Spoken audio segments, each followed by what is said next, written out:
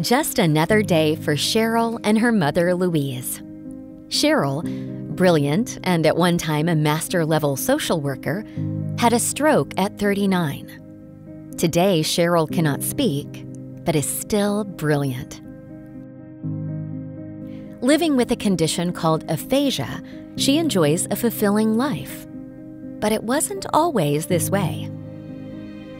Cheryl realized that England was looking for social workers with their masters. And so she went to London in 2005. She had gotten off the phone with her boyfriend. He did come down that evening, thank God, because after Cheryl had hung up from him, she passed out on the floor with the stroke, a massive stroke. And she laid there for about 17 hours. I brought Cheryl from London and brought her back to Las Vegas. I think about what I was told when I was in Vegas, that Cheryl would never be able to recognize a number, that she really suggested I just put her in a home. It was very hard because I couldn't get care for her. I was always searching, trying to find what am I going to do. Cheryl was in a depression. She lost her friends. Everybody was afraid, well, what do I say to her? And even her dad. What do I say? How do I get my point across? How do I make her understand what's going on? She lost all of that. The University of Houston was having a stroke research program. And Dr. Meir was in charge of the speech center at University of Houston. And that program ended up becoming HARC.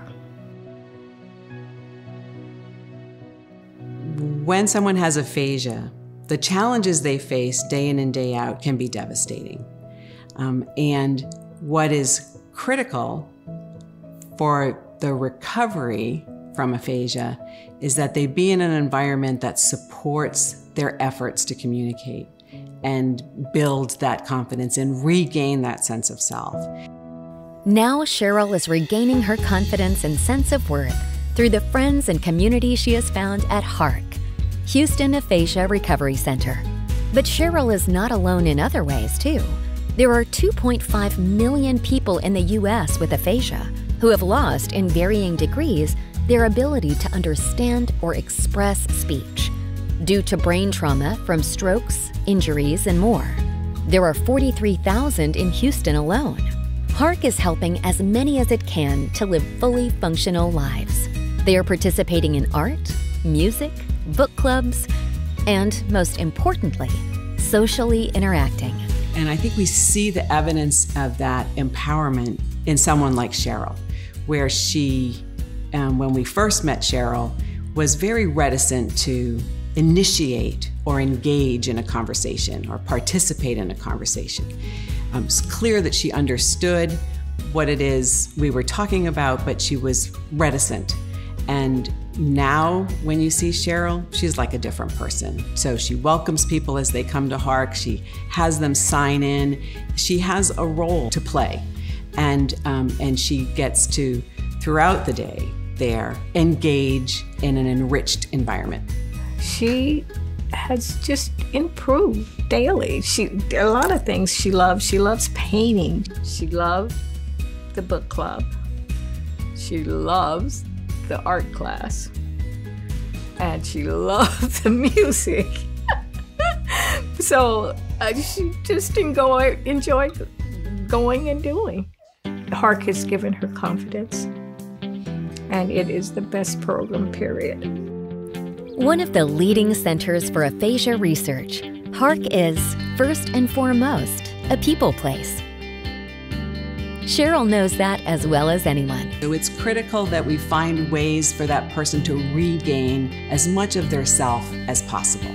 To that adjustment to their challenges, but also in spite of their challenges, staying in touch with who they are and what's important to them, whether it's their church or their social clubs or whatever. It's critical that they be able to regain who they are, because they haven't changed. Aphasia hasn't taken away who they are. It's just made it more challenging for them to express themselves. That support and love is the core of what makes HARC special. And in turn, HARC, now in its 11th year, operates through the kindness of others.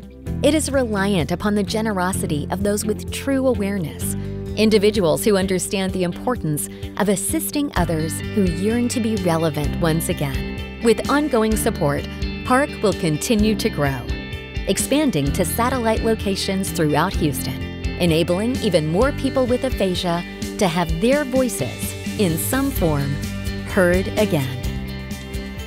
When we developed HARC, we set out to provide a place where people could come and work on their communication. The reality is there's no other place like HARC in Houston. It's the one place that people with aphasia can go and at their own pace, without fear of being discharged or cut off, work to continue to find out how they can best recover their lives in the presence of aphasia.